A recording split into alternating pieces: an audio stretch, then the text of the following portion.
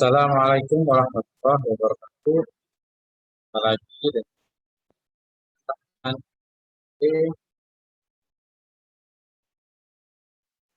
pada sore hari ini kita coba akan pelajari ya nah, peraturan pelaksanaan dan teknik diputuskan oleh baik. Baik.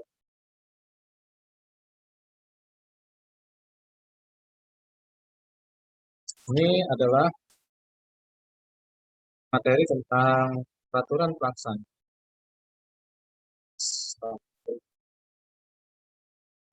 Ya,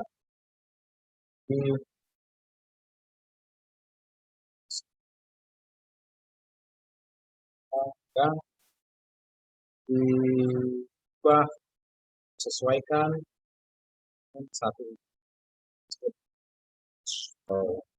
terus peraturan terus ubah dari satu yang bisa semua usaha yang terkait dengan khusus di bidang perpajakan buat atau tetapkan kemudahan berusaha. Ada dua undang-undang, ada dua peraturan berkaitan dengan undang cipta kerja ini. Pertama yaitu peraturan pemerintah nomor 9 tahun 2001 tentang perlakuan perpajakan untuk kemudahan berusaha. Ini peraturan dan turunan dari peraturan Menteri Keuangan nomor 18 2021 tentang pelaksanaan Undang-Undang nomor 11 tahun 2000 tentang kerja di bidang pajak penghasilan, pajak pertambahan nilai barang dan jasa, dan pajak penghasilan atas barang milik, serta ketentuan dan tata cara berpajak. Ada dua ya peraturan yang berkaitan dengan pelaksanaan kerja di bidang perpajakan yang khususnya dihubungkan dengan kemudahan berusaha. Baik, pada kesempatan kali ini kan tidak membahas seluruh undang-undang tersebut, tidak membahas GBH, tidak masuk. Tapi ini pada pagi sama kita coba jelaskan tentang ketentuan umum dan tata. Baik, fokusnya adalah bagaimana sih dibuat untuk kemudahan berusaha. Bagaimana yang kita ketahui, ini sudah cukup lama ya, kan setelah melalui berbagai gejolak juga menyetujui RUU Cipta Kerja dengan Omnibus Law harus disetujui oleh pada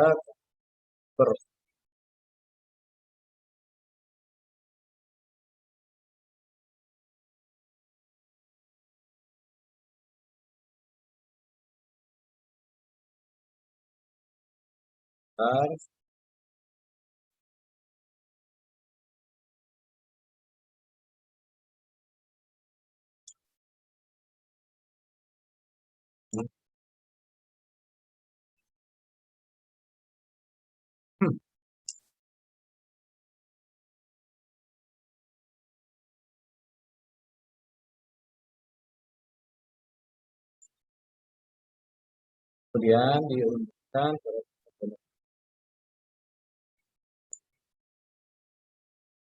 ada beberapa latar belakang yang flashback ya, jelas baik yang buat pun sudah kan. Pertama ada untuk ya, Bapak Ibu kita ketahui bahwasanya terus berusaha untuk mempercepat kita. Undang-undang ini disusun sebelum terjadinya pandemi ya, setahun plus sudah dibahas ya. Kita bisa usaha bagi seluruh Indonesia juga termasuk dari pihak-pihak luar yang berinvestasi.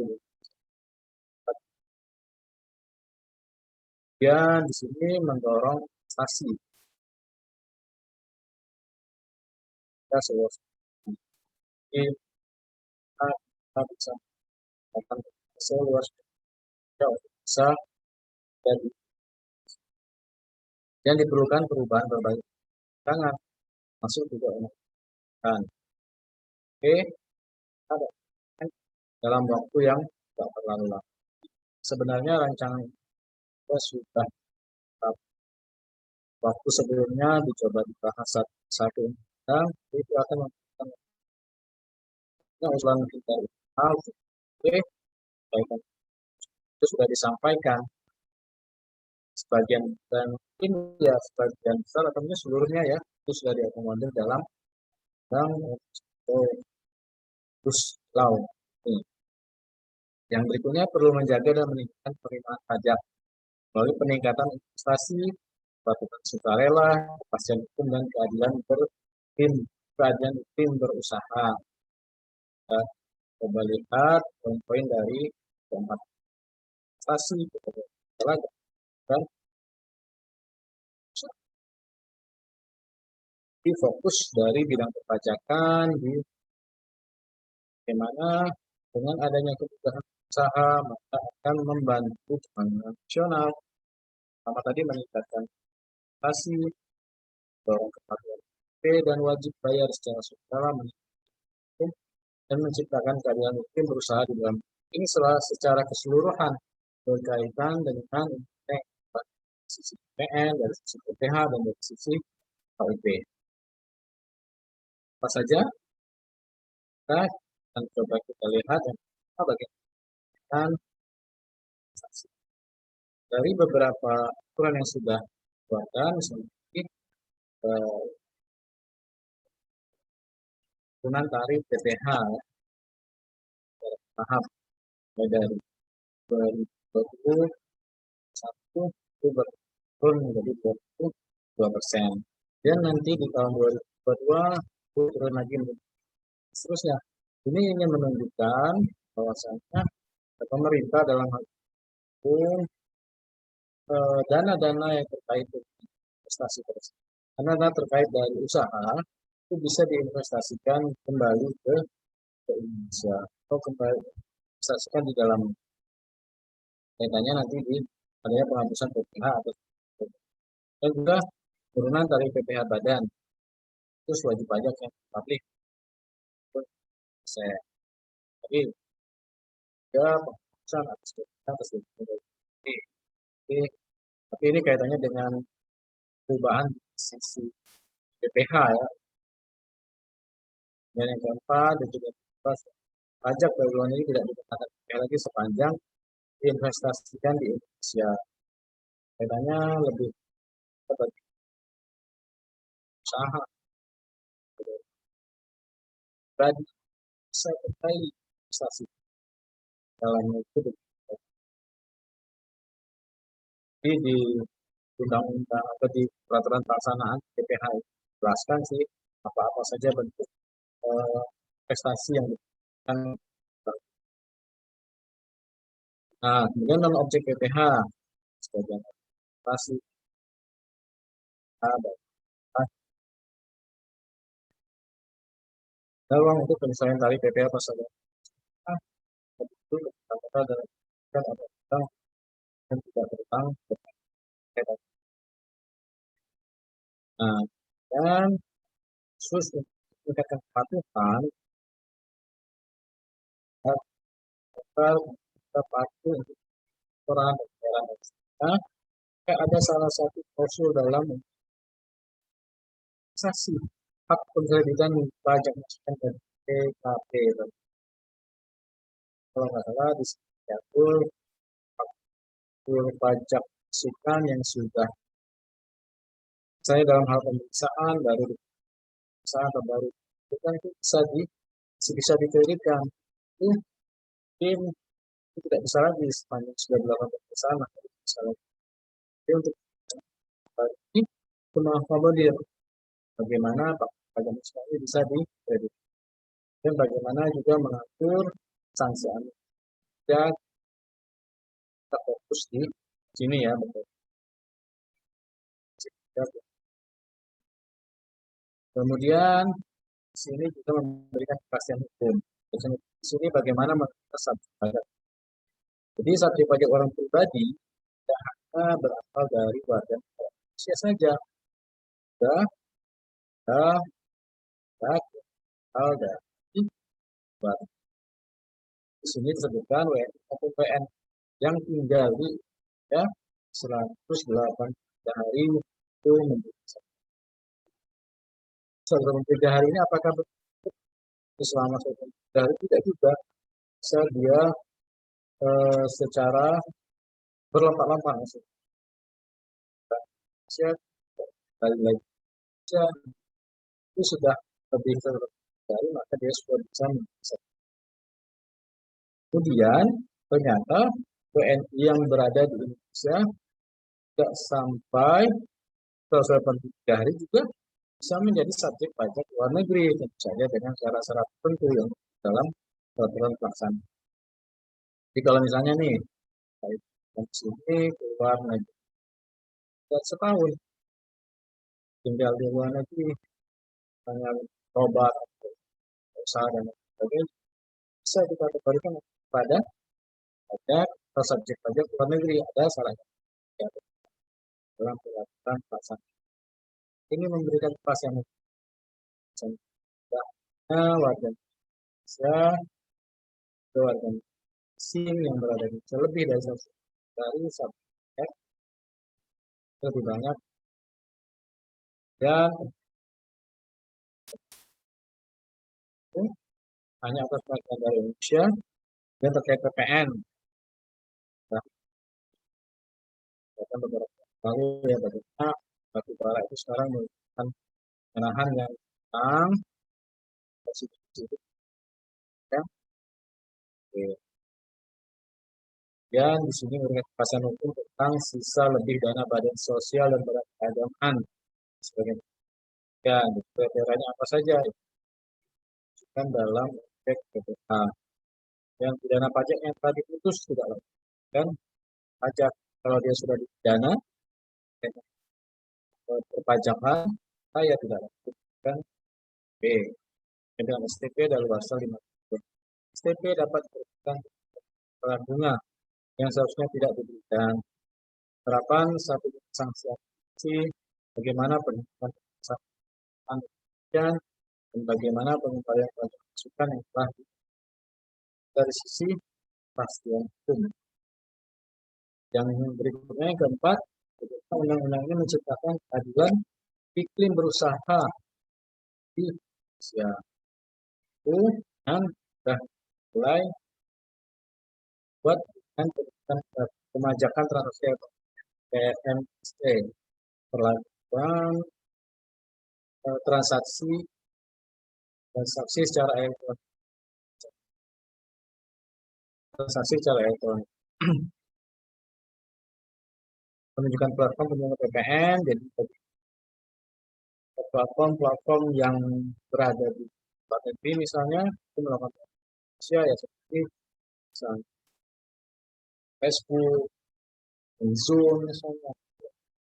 Sekarang sudah mulai sebagai mereka yang memiliki transaksi tersebut itu dikenakan pengenaan pajak kepada subjek pajak warga asal. Nah, kalau pentingnya bagaimana pencantuman NIK dalam faktur pajak ini sudah jadi kewajiban bagi PKP untuk mencantumkan NIK. Kalau tidak mencantumkan itu sebagai yang sempat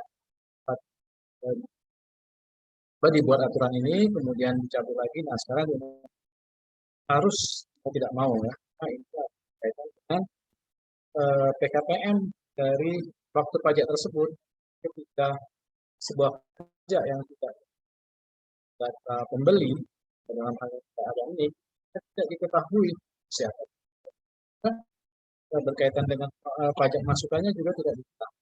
Ketika itu mencantumkan NIK maka akan bisa ditelusuri siapa bisa jadi NPWP-nya siapa. Dan ini sebenarnya juga menguntungkan bagi pembeli dari eh, penyerahan dari barang atau jasa tersebut.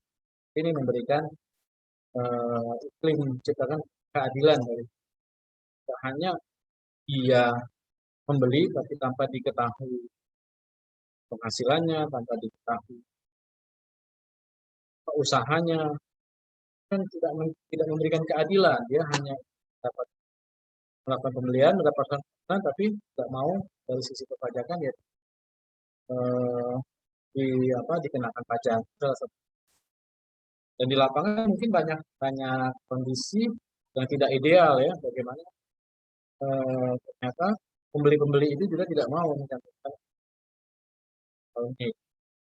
Jadi, kalau kalau dengan secara eceran ya mau tidak mau ya harus tetap bisa dokumen yang bersama ya,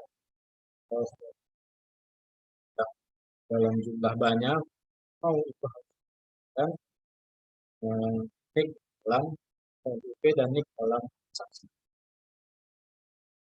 Ini mungkin sedikit gambaran tentang bagaimana peraturan pelaksanaan dari ini. Kita mungkin lihat dari bagian akhir ya, bagian akhir PP 9 tahun 2000 usaha mulai berlaku tanggal 2 Februari 2021. Ini merubah dan menyesuaikan dan mengubah memberikan amanah ke beberapa undang-undang. Jadi kalau kita runut dari PP ini dia memberikan amanah terkait antara PPH ini kan diatur. Kemudian ada PP nomor 94 tahun 2010. Kemudian ada PP 11 ya, PP nomor 4. Jadi kalau PP sebelumnya itu ya ada turunannya yaitu menyesuaikan dari Undang-Undang Cipta Kerja yang sudah dirumuskan tersebut dari pasal 111 PH, 112 kerja, 113 tentang KUP. Jadi dari ketiga pasal ini itu merubah beberapa peraturan yang diturunkan atau dijadikan satu tahun. Kalau dari PMK-nya itu memberikan amanah dari beberapa undang-undang ya, PH dan KUP. Beberapa undang-undang tersebut itu ada yang dirubah. Di sini disebutkan misalnya yang pasal 2 ayat 4 dan seterusnya. Dan pasal ini lebih fokus dibahas dalam klaster-klaster khusus ya, PPH. PPH mungkin kemarin sudah, PPH juga dilakukan. Di sini undang-undang ini, undang Cipta Kerja ini merubah KPK, KUP di beberapa pasal. Pasal 7, pasal dan seterusnya. Mulai berlaku tanggal banyak pasal-pasal yang diubah oleh kita dan dirumuskan dalam suatu PMK nomor 18 PMK 3 2021. Ini masih overview ya, overview sebelum kita masuk ke pembahasan KUP, overview dari peraturan-peraturan tadi. Jadi di undang-undang amanah undang-undang di Undang-Undang Cipta Kerja ini khususnya yang berkaitan dengan Undang-Undang KUP ada 7 paling tidak 7 tata cara yang disesuaikan dengan PMK tadi. PMK ataupun dengan PP. PMK atau PP. Nah, ini khususnya di PMK ya. Kita mulai saja misalnya melihat tata cara penghitungan dan pemberian imbalan. Nah, ini di aturan sebelumnya itu PMK 226 tahun 2013 sebagai PMK tahun 2018 itu di pasal di PMK-nya ini sudah diurutkan ya, diurutkan mulai dari pasal 83 dan seterusnya sudah berkaitan dengan perubahan dari PMK sebelumnya. Jadi ada yang dirubah, ada yang diganti. Kalau dari amanah undang-undangnya itu disebutkan dalam undang-undangnya tentang Cipta Kerja. Bagaimana pelaksanaannya di PMK ini yang merubah dari PMK sebelumnya. Jadi di PMK 18 ini tentang tata cara penghitungan itu di pasal 83 sampai 102. Kemudian tentang tata cara pembayaran dan penukaran pajak itu di pasal 103 PMK 18. Dan surat pemberitahuan jadi 104 pasal 104 itu merubah PMK sebelumnya. Dan tata cara pemeriksaan dan di pasal 106. Dan tata cara penerbitan SKP dan STP di pasal 106. Dan tata cara pemeriksaan tidak dikatakan pasal 107. Dan tata cara dan permintaan penunjukan tidak pidana dibacakan itu di pasal 111. Jadi ada beberapa tata cara yang dirubah kaitan dengan KUP dan itu dirumuskan dalam PMK 18. PMK 18 sendiri ya mengakomodir semuanya KUP, PMK khusus di KUP dari pasal 8 sampai 109. Mungkin Bapak Ibu yang sudah PMK-nya bisa nanti baca. Nah, apa saja mungkin sedikit overview dari perubahan-perubahan itu. Jadi kalau kita mulai dari tata cara pembayaran bunga, KUP, di aturan baru di pasal 6 PP 9 disebutkan tentang perubahan. PP 9 itu pasal 45 berkaitan dengan perubahan di PP 4. Dan di PMK 18 itu dari tadi, 83 pasal 83 sampai 102. Apa saja? Yang pertama, bagaimana memberikan penyesuaian terkait ruang lingkup dan tata cara penghitungan. Nah, dua, penegasan maksud tanggal penerbitan putusan banding peninjauan kembali. Tiga, aturan tata cara penyampaian permohonan imbalan bunga secara tertulis dan elektronik. Kalau dulu kan mungkin permohonan itu dilakukan secara tertulis, jadi tidak ada penekanan tentang elektronik. Sekarang sudah masuk ke elektronik, harus ditegaskan bahwasanya permohonan juga bisa dilakukan secara. Yang keempat, pengaturan jangka waktu SKPIB, surat ketetapan pengembalian imbalan atau pemberian SKPIB tidak diberikan. Penegasan terkait validasi pemotongan SPIB. SPIB itu surat perintah membayar imbalan bunga oleh DJP. Jenderal, proses pengembalian itu dilakukan oleh DJPB. SPKP atau SPMD. Yang keenam, penegasan kurs pengembalian SPIB untuk imbalan bunga terkait pajak tentang dalam dolar. Ketujuh, penerbitan SPP untuk menagih kembali imbalan bunga yang seharusnya tidak diberikan. Yang kedelapan, penyesuaian format dokumen terkait prosedur pemberian imbalan bunga sesuai Undang-Undang KUP.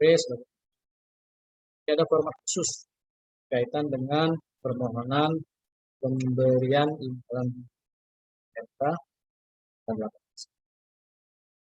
Berikutnya, misalnya tata cara pembayaran dan pajak. Di PMK 18 pasal 103 itu merubah PMK 242, pasal 1, pasal 14, 21, 22, 23, 25. Kalau kita berbicara peraturan yang mau kaitan dengan pasal-pasal dan mungkin ya kita juga tidak semuanya paham ya, dan hafal ya. Tidak mungkin semuanya hafal tentang kita mengetahui ya, sehingga kita bisa mencari berdasarkan aturan-aturan ini. Tata cara pembayaran dan penerimaan pajak. Di sini diatur bagaimana pengaturan kurs Menteri Keuangan yang disaksi. Dua, relaksasi jangka waktu pengajuan pengangsuran atau penundaan pembayaran pajak. Yang ketiga, perubahan syarat jaminan dalam permohonan pengangsuran atau yang keempat, lamanya pengangsuran atau penundaan pembayaran. Kelima, penyesuaian sanksi atas pengangsuran atau penundaan pembayaran di PMK 18 pasal 103. Dan pasal 104 PMK 18 tentang SPT. Di sini terus kepada bagaimana sanksi karena penundaan SPT. Kemudian di pasal 105 tentang pemeriksaan, kalau di PP-nya itu di pasal 8 itu merubah P 4 pasal 14 dan juga PMK-nya merubah di pasal 4. Di sini mengubah bahasa keterangan lain tanpa mengubah pasal 1 huruf A dan C Undang-Undang KUHP sebagaimana pada dua, penambahan ruang pemeriksaan. Ketiga, penyesuaian ketentuan akibat pasal 13A Undang-Undang KUHP. Yang keempat, perubahan dari sanksi pengungkapan ketidakbenaran. Lima, penyesuaian ketentuan pemeriksaan akibat dihapusnya pasal 13 ayat 5 dan 15 ayat 4. Keenam, pemeriksaan yang dilakukan akibat dilakukannya pemeriksaan. Ini akan lebih jelaskan setelah.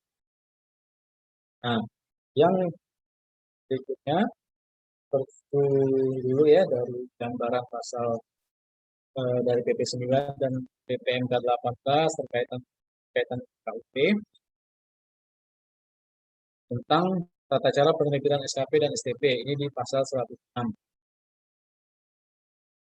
Bagaimana di sini penghapusan pengaturan dan SKP setelah WP dipidana bidang perpajakan. Jadi misalnya di sini WP dalam proses pemeriksaan, tapi ternyata juga ada perpajakan. Jadi ada dua proses hukum, ada proses hukum yang dilakukan berkaitan dengan wajib pajak tersebut. Nah, nanti ada ketentuan bagaimana. Nah, kemudian penyesuaian ruang lingkup penerbitan SKPKP. Setelah PKP tidak tahan di KP dan PKP dan garis atau ekspor PKP dan garis PKP. Yang ketiga, penyesuaian penerbitan SKPLB atas ketentuan pasal 7 KUP pasal 17B ayat 4 Undang KUP berubah dengan ya. Yang keempat, penyesuaian penerbitan STP untuk menagih kembali imbalan bunga yang seharusnya tidak diberikan kepada WP. Bisa juga imbalan bunga itu tidak seharusnya diberikan. Hanya ketika itu dikembalikan, diminta kembali oleh fiskus kepada wajib pajak dan diberikan, maka itu juga ada STP untuk diberikan yang seharusnya tidak diberikan. Pengaturan daluarsa penerimaan STP dan pengaturan dan penandatanganan SKP secara. Yang keenam, tata cara pemeriksaan pasal 107 PMK 18. Beberapa poin dari PMK 18 pasal 107 yang pertama, pemeriksaan yang ditangguhkan akibat dilakukannya pemeriksaan dan menghapus ketentuan dan SKPKB pasal 13A KUP dan ketiga, jangka waktu perpanjangan pemeriksaan bukti permulaan. Yang keempat, pemeriksaan bukti permulaan tetap dapat dilakukan meskipun telah melewati daluarsa penetapan atau penetapan SKP. Yang kelima, menambah alternatif cara penyampaian surat pemberitahuan. Yang keenam, ruang lingkup tidak pidana yang dapat dilakukan pengungkapan ketidakbenaran perbuatan. Yang ketujuh, sanksi administrasi berupa denda dalam pengungkapan ketidakbenaran perbuatan diubah 100%. mungkin 150% ya. Sekarang menjadi 100%. 8. Pembayaran jumlah pajak yang sebenarnya terutang dan saksi administrasi merupakan pemulihan kerugian pada pendapatan negara. 7. Format surat pemberitahuan dalam penetapan pendapatan. Ke-10. Pembayaran yang tidak mungkin berubah tetap dapat diperhitungkan sebagai pengurangan kerugian pada negara. Yang ke-11. Pembayaran harus dilakukan ketika negara tidak ini berkaitan dengan pendapatan.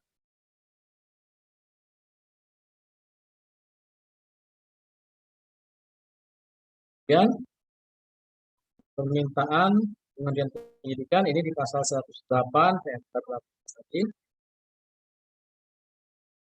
Bagaimana penurunan sanksi penghentian penyidikan semula 4 kali menjadi 3 kali dari tidak atau pulang dibayar yang tidak seharusnya dikembalikan. Kalau dulu ketika dalam proses penyidikan itu diberikan untuk menghentikan proses karena dalam rangka negara itu semula 4 kali ya dari jumlah pajak yang tidak bayar atau tidak menjadi 3 kali.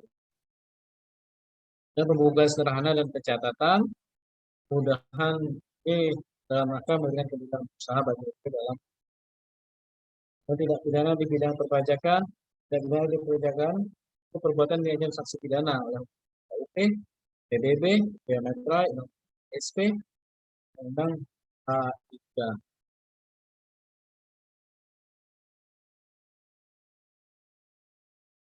Yang terakhir, tata cara pembuatan kewajiban secara elektronik ini diatur dalam pasal PP 9.